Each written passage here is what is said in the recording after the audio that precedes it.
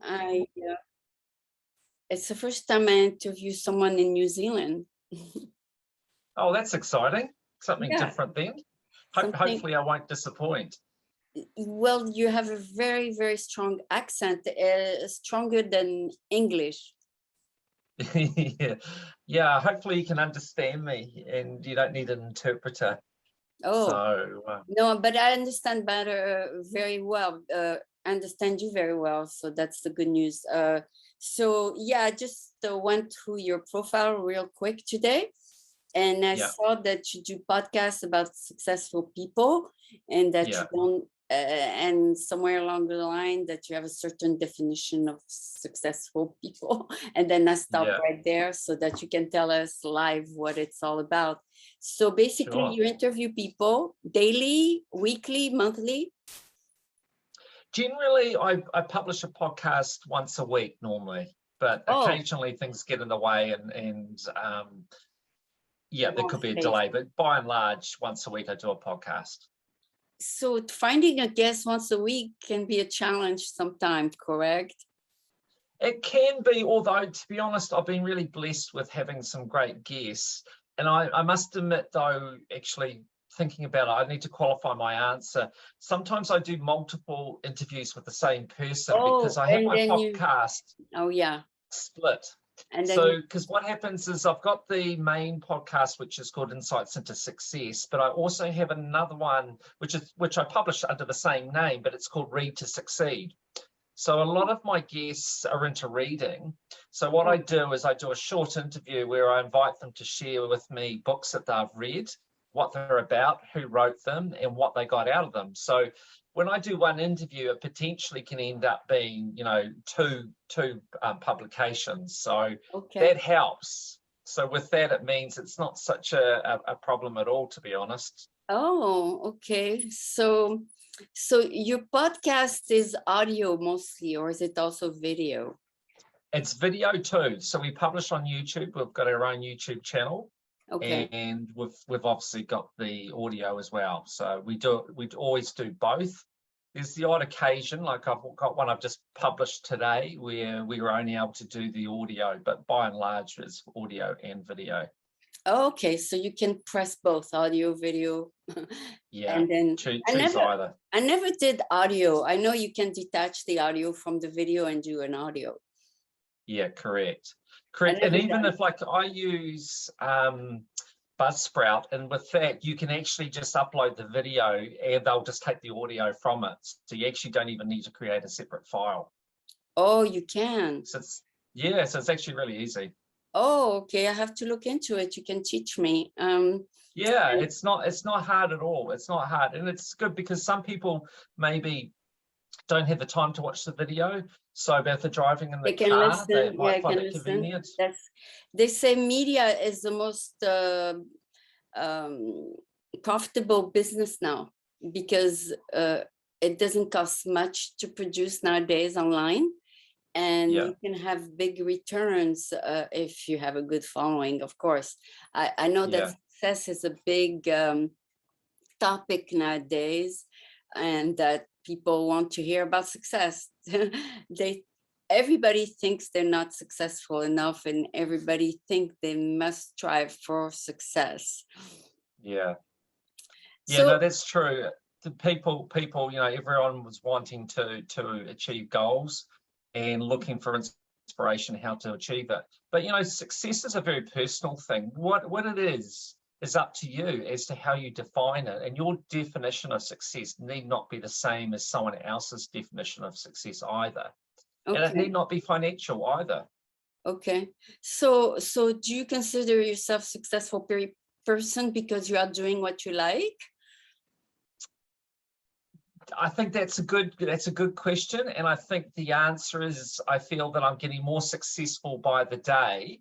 Okay. And the definition of that is aligned with your question, and that is I really love doing the podcast. So the more I do it, the more I'm enjoying it. So by that definition, yes, I'm becoming more successful progressively because I'm really enjoying doing it. And being happy, enjoying what you're doing is really, really important. And it sounds like a simple thing, but it's amazing how many people aren't happy and aren't doing things that they really enjoy.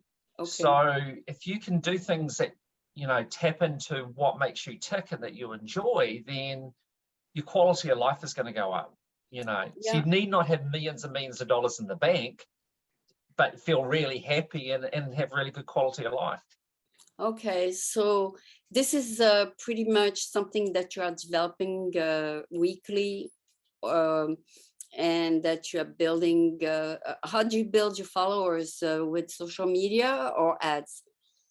Yeah, so at this stage, basically, I haven't been too worried about my following. It's just been happening organically. I've been focusing more on building the content, because one of my concerns when I started out was that if you go out and promote yourself and people then go and check you out and there's nothing to look at, then they may not return. So my philosophy has been more aligned with, let's go out and just build lots of content and obviously try and make it as good as possible. Depends of the guest, he gets more views than others. Yeah, and then just progressively start to build it up. One of the things they suggest is to go into other people's podcasts as well, because then you're appealing to an audience of people that are already converted to listening to podcasts. Oh, yeah. And they'll see your contact info and your link to your podcast. Yeah, absolutely. Yeah. The thing with what I've been doing though too, I've been kind of doing a couple of different things all at the same time. I've got a website called Making Sense of Marketing, and the domain for that is www.msofmarketing.com. And on that website, I'm building a lot of free content to help people with their marketing, because marketing is becoming an increasingly complicated thing to do, and a lot of small businesses struggle with that. So I've been building a lot of content with that. Oh, nice. And then so that's free content, and the part that you pay is coaching. Well, yeah, at this stage, basically, I've actually got behind me, I've got a digital marketing agency. So the idea is I grow the free content, and then the people go and they take the courses and learn the content, and they feel like they know more now, but they're still too busy to do it themselves. Then potentially then they can hire you. We can then, do that. So I've been doing that, and then Are you a swimmer? You look like well built in the shoulders. No, I love going to the gym, and I work out hard at the gym. So I'm a pretty average swimmer, but I love the gym and lifting heavy weights. So really, do you live by the ocean, by the beach? Yeah, New Zealand, because New Zealand's relatively narrow country. Yeah, you're never too far away, particularly in Auckland. In Auckland, it comes together quite a narrow point. So we've actually got ocean on both sides of us. So you can just drive to the ocean anytime you feel like it. Yeah, so at the moment, like where I am right now, I am probably 10 minutes from the ocean on the That's East Coast. That's awesome. And then on the West Coast, I'm probably about, 20 minutes away, depending on where you want to go. So yeah, the ocean's never too far away. So that's a plus of living there then. Yeah, it is. It is. And we've only got about nearly 5 million people, but the country, the geographic size of it is bigger than the UK, slightly bigger than UK, but we've only got 5 million. So there's a lot more open spaces than what you'll get in some countries because of that. I read today that the most beautiful thing that God created was the beaches. It's the place where you replenish, you get in shape, you enjoy the sun, and it's the ideal place to be. Yeah, I think there's something very therapeutic about it. The salt air, the sound of the waves. Yes. Do you hard not to be relaxed? Do you jump in there? No. Yeah. So I go swimming in that. I mean, personally, I'm more of a boogie boarder than a surfer. So, but yeah, I love going to the beach and swimming for sure. So it's not too cold to swim then? At this time of the year, I'm a bit of a wimp, so I probably wouldn't. In summertime. Because your summer is in the winter, right? Correct. So we're in the middle of our winter at the moment, but here in Auckland, it actually doesn't get that cold. Like at the moment, it's Oh, it's a bit colder today. It's a beautiful day, but it's about 14 degrees Celsius. So It's I'm not not too sure what bad. that is. It's not too bad. It's about 56. Right. Yeah. So 56. that's not. It's And not too that's kind bad. of a. Yeah, that's kind of a cooler day. I mean, in our winter here in Auckland, we can still get up in the 20s. Wow. So, but we don't get snow or anything like that. Never have snow. So the Oh, cold would be getting down to about 4 or 5 degrees, which would be wow. in the morning. But later in the day, it would be above 10 degrees. It wouldn't be below 10. I That'd should be go very. visit one day. How many people live in your city? In Auckland, the greater Auckland area, I think there's probably about 1.6 to 1.8 million, something like That's that. pretty good size. It's twice as many as San Francisco. I am in San Francisco. Oh, okay. Really? I didn't About, realize it's, that. it's about 900,000 here, but during COVID, we lost 150,000 people who moved to places where it's less expensive to live since they didn't have to rent here. They could work from home in a city that's much less expensive, like Reno or in Texas, where the rents are a quarter of San Francisco. In California, California is the most expensive. So now they're coming back, now that the offices are progressively opening, but still you can tell there's not as many people here as before COVID. Oh, that's Like interesting. Yeah. we almost reached 950,000 before COVID, and then it went down, and then now it's going progressively back to 900,000. But Yeah, a lot okay. of cities. Did your city get deserted during COVID? Um, Not so much. I mean, some people would during COVID would go to their holiday homes. Oh, They have a second home and they'll go there and stay there. So there's a bit of that, I guess, but not really. Not in terms of people going and relocating to other cities. No, not that I'm aware of. No. oh, okay. So have you ever been to England? I've traveled a lot. I've been to England. Um, well, I lived in England actually for a couple of years, and I've been there probably, I don't know, 3 times maybe in addition to that, They 3 or 4. understand you perfectly there? Yeah, they do. They do because our origins, I guess, are from the UK Yeah, mainly. yeah, but New it's a Zealand little was bit different. It's a little bit different. correct, correct. So we often get confused with Australians, although Okay, we'd like to think that we sound quite different to Australians. you do, you do. Trust me, you do. The Australian are not as strong. Right, right. So, and I mean, within a country, you can get variations in the accents as well too. So, I'm not Are sure where you I are you sit. like third generations from New Zealand? Okay, I am. Yeah, your I think I'm grand. third or fourth generation. Yeah, Oh, okay. So yeah, you trace down your ancestors to the UK then. Okay. yeah. So my ancestors and that come, yeah, from the UK pretty much. Yeah. So, but no, so I spent quite a bit of time there, but I've also spent quite a lot of time in America too. So I Oh like going yeah. to America. What city you like? Um, Yeah, it's an interesting one. Boston is definitely a favorite. I love Oh, I Boston. love yeah, Boston. A lot of people are very nice there. Yeah, I love the history. I love the Freedom Trail that you can do there. That's so cool. Oh, You learn a yeah. lot from doing it. It's free, so that's really cool. So you go there on the summer vacations, or I've been there both in summer and in winter. So oh, as in America's summer and winter, which is okay. really cool. So I've seen both. Oh, you have. So yeah, I've driven a lot across America too. I've driven from like Colorado to LA. I've driven from Chicago to San Francisco. I've driven from Florida to Little Rock, Arkansas. Oh, wow. I've driven from So Houston to LA. next time you come to San Francisco, you can give me a call then. Yeah, absolutely. I love traveling in America. It's great.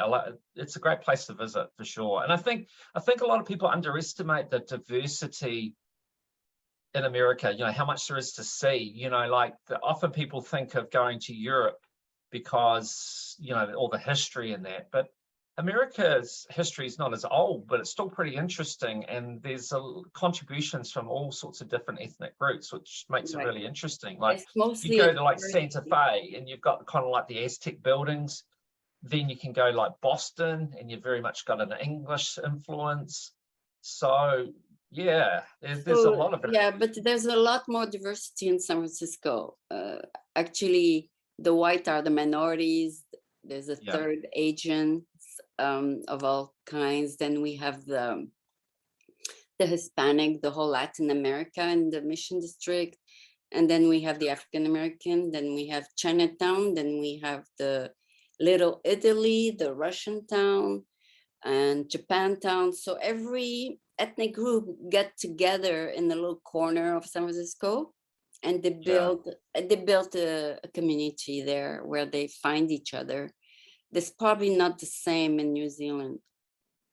Not to the same extent, no. I mean, we've got a progressively increasing ethnic mix, but we're more got people from the Pacific Islands. In fact, there's Yeah. more people from the Pacific Islands in New Zealand than there are in the Pacific Islands themselves. So that would be probably the greatest influence. We do have other ethnic groups, such as Italians and Indians and that, but Yeah, probably, yeah, Indians are coming a lot in the Silicon Valley because they are coders.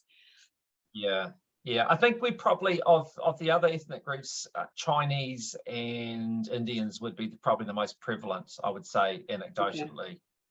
Yeah. So And not so much from the Europeans. what kind of people you like to interview? Is it people that you find on LinkedIn, or is it people that you meet as you travel? Yeah, there's a real mix of people and how I've kind of come about them. So there's like people here in New Zealand, some well-known people that I've managed to interview, which has just been a case of me knowing who they are and reaching out to them and saying, hey, I'd love to do an interview, which works a lot of the time, not always. Some people quite shy and private and they don't want to do it, which is Oh, fine. They oh, understand that. okay. But I've also had lots of, like, once you start doing it, you actually start Yeah, getting a yeah. lot of Then people you get in a approaching you. role. Yeah, you get in a role. I know, it's Yeah, funny. And is it? yeah. I see your clock is midnight in New Zealand. No, that's just after lunchtime. It's Oh, coming up it's to 20 past 12 and lunchtime in the middle of the day. oh, it's noon. It's not midnight. Yeah, Okay. No, yeah, I was afraid to keep you up at night, so you're yeah. fine. No, no, that's all good. It's the middle of the day. The only thing I have to worry about is having my lunch after this. I get Okay. grumpy if I don't eat. Okay, okay. So you go outside, have something, and come back to work. And Yeah, yeah. So basically, we have like I have an office, but a lot of the time, particularly with COVID, I'm working from home. So this is yeah, actually just a home office. yeah. It's just part of the change with COVID. Our team, we only go into the office sort of once or twice a week now because of COVID. People have got into a routine working at home, and I think I They think like the it. answer is People a like it. balance between the two. Yeah, people like it actually. They say we don't want to come back full time. They come back only 3 days a week, like you said, Yeah, 2 days max. yeah, So what's happening when I go to coffee shop? yeah. Monday is not too crowded. Tuesday is super crowded. Wednesday is super crowded, and Thursday is a little bit less, and Friday is nobody. Everybody works from home. Wow. So you can Right. see it when you Interesting. go to coffee shop where people are working Yeah, from. You can just have a yeah, feeling by the flux of people who go to the coffee shop. But yeah. I like That's to go interesting. every day because I like to go out a lot. Yeah, And so I can see the trends of when people are in the office. That's Tuesday, Wednesday, Thursday. And then they stay home Monday, Friday when they do the 3-day weekend or 4-day weekend, which is good.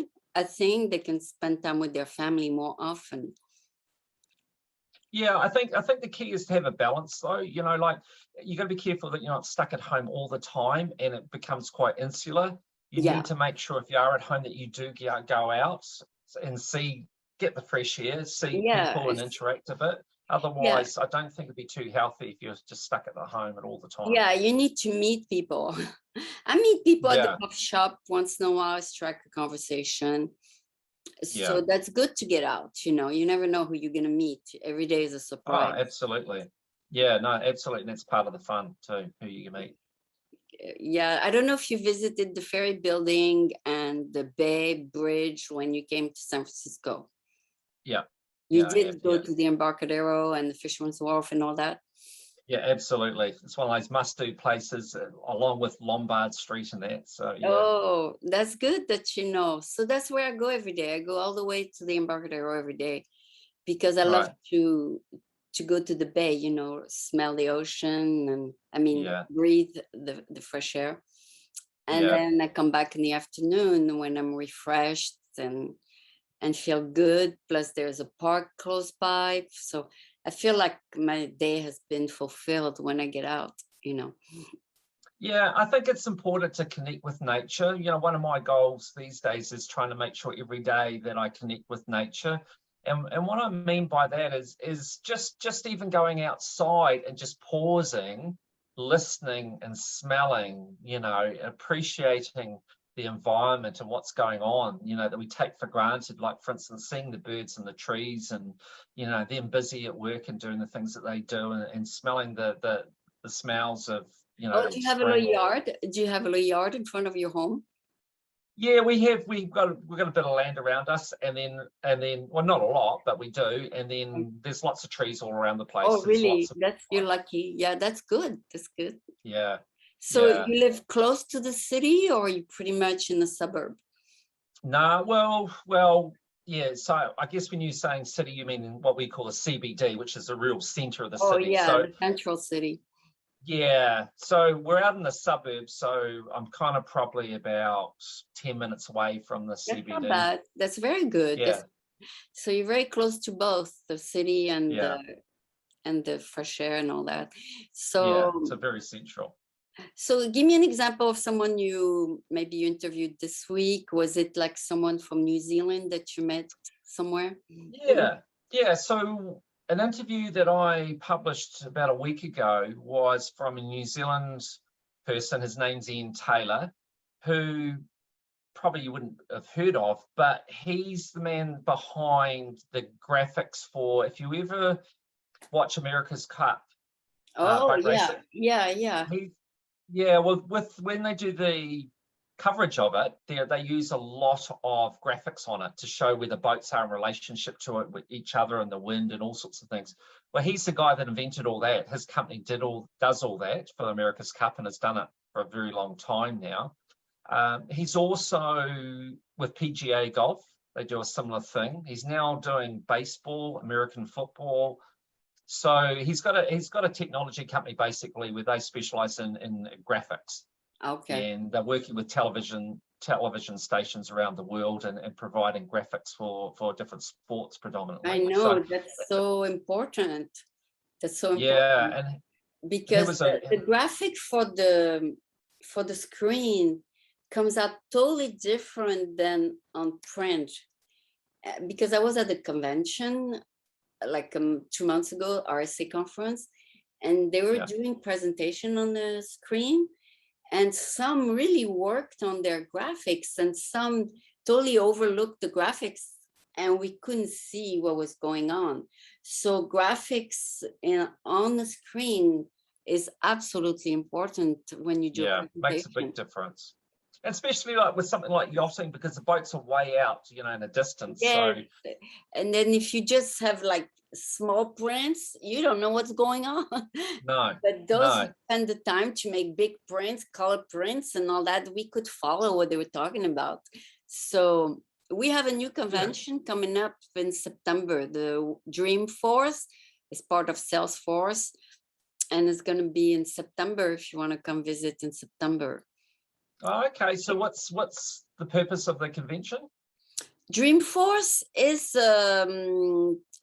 they bring back all the major companies who use Salesforce for their CRM, Right. customer Yeah. relation management, and Yeah. and for their sales. And every company does sales, so they have different levels of CRM. They have for the Yeah. small company, medium, and huge company, and then different applications. And Yeah. They started small, just 2 people, and now they are huge. They are worldwide. You heard about Salesforce, right? Oh, absolutely. We've got Salesforce in New Zealand. Yeah, no, absolutely. They're a big Yeah, player in so the they market. have a huge tower in San Francisco, although now it's empty, Uh-huh. but only 10% is being used. But it's a huge tower, and basically there's windows all around, just like this, and you can see Yeah. the whole city all around in the tower. I don't know if you can search it on Google. You'll see the Wow. Okay. tower. It's the tallest tower in San Francisco. Right. Right. Okay. Sounds So, pretty but cool. if you go to the 61st floor, it's all around. So you, as you walk, you see the city on all around from all the angles Wow. and all the. Yeah. So it's pretty impressive from the 61st floor, because sometimes you go on top of a hotel, you see one side, maybe the bay, or the other side, maybe the Twin Tower.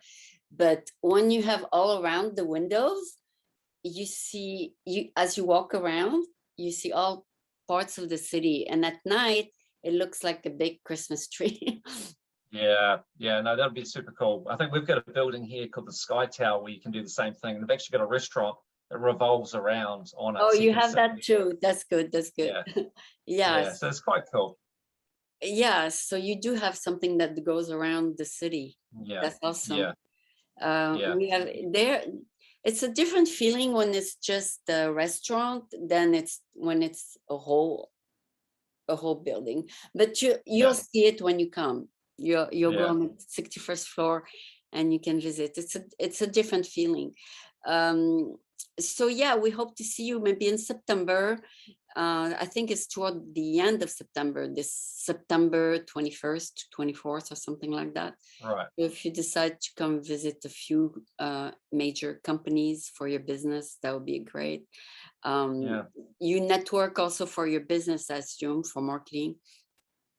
Yeah, yeah. Although to be honest, look, I mean, I'm not the best at doing that, Oh, you to have be someone honest.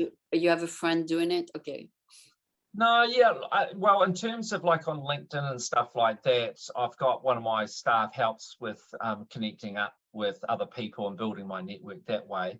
So I think what I'm doing now is really good for networking. To be honest, I've met some amazing people, and that's part of the great gift of doing this is you get to meet some incredible people and make some good connections, which you just don't know where that's going to lead in the future.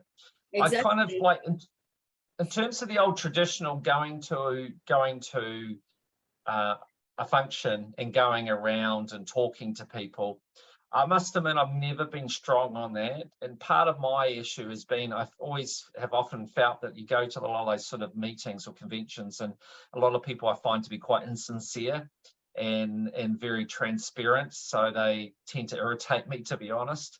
I know it's Whereas I must, I know it's more fun to interview someone than to be interviewed, because when you are interviewed, you're on the defense. But when you interview someone, then you are the one leading, right? So you probably yeah. prefer to do your podcast than being interviewed by me. Oh, this is fun. I'm This is enjoying fun. doing You this. like it? You like it? Okay. Yeah, yeah, absolutely. No, and the thing about this though is I find the people that I'm meeting, such as yourself, in these environments are much more sincere.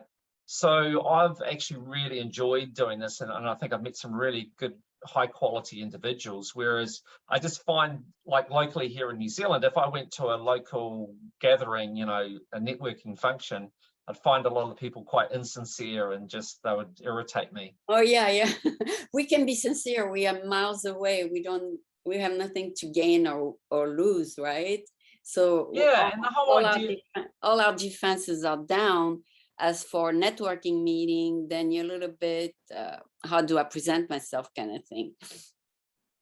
Yeah, I've found through what I've been doing that people have been willing to be quite open and give a fair account of themselves rather than Right. trying to pretend they're something that they're not. I mean, so far, bar maybe no, but so far everyone that I've interviewed has been great. There's probably one person and I found it hard to interview because politically I became aware of his views, which disturbed me. So Oh, um, he was doing the interview?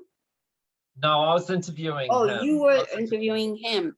Okay, yeah, that happens actually when someone is hard to interview, because the hardest people to interview are people who are either shy or they don't want to reveal too much. So you have to pull things out of them, and that is not natural. No. I Yeah, I like mean, you when find some people you just talk to it and it just flows, and then other yeah, people, exactly. bit of an That's effort. and some you have to pull words out of them, then you end the interview within 5 minutes.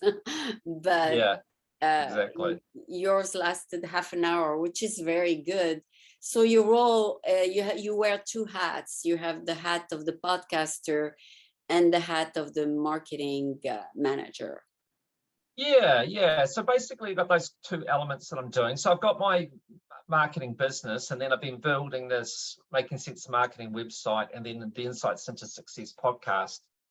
With both of them, I don't make any money out of them. They're Yeah. purely I'm just giving out to people. Okay. Hopefully through that though, I'm learning, and hopefully other people will learn through it. Going down the track, I would like to, as I say, with the Making Sense of Marketing, that people learn, but then feel that they want someone else to still do it for them, that they'll come to us. Yeah. And in terms of the podcast, I have some ideas of things that I want to do with it going down the track, but it's very much focused on free access and hoping I can contribute to People other you people's feel lives. like interviewing, people you connect with just by looking at them. It's important.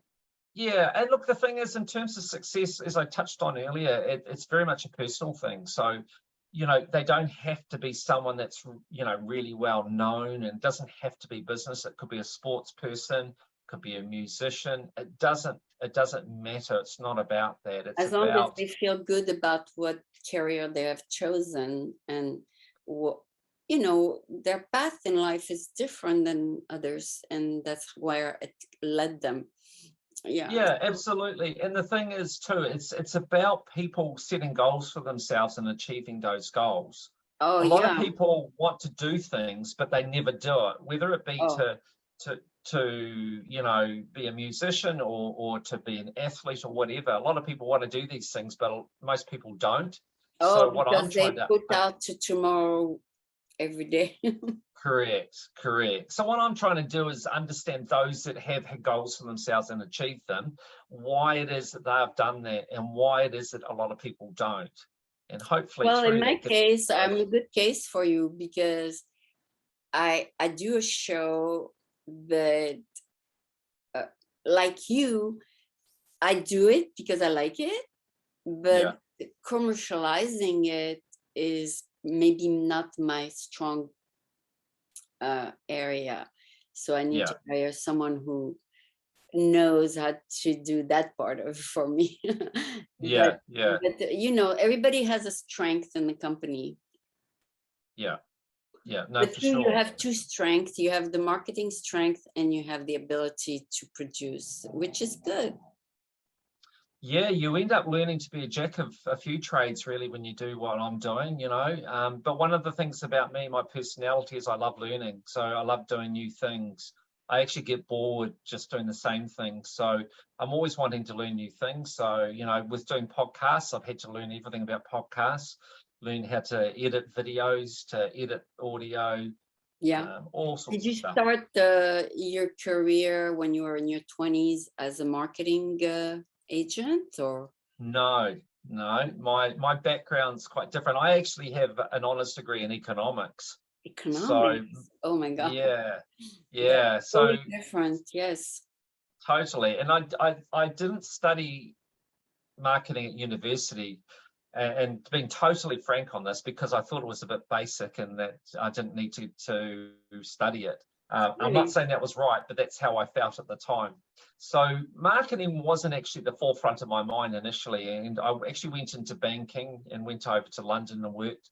But ultimately, I've always been entrepreneurial. I've always done different things, looked at making money in different ways and stuff. So Well, you did good. I You did good not to waste too much time studying marketing, because yeah, even people who graduated 20 years ago in marketing, yeah, everything they learn is outdated. And correct. marketing, you got to get a new degree every 5 years, or else you're Yeah, totally outdated.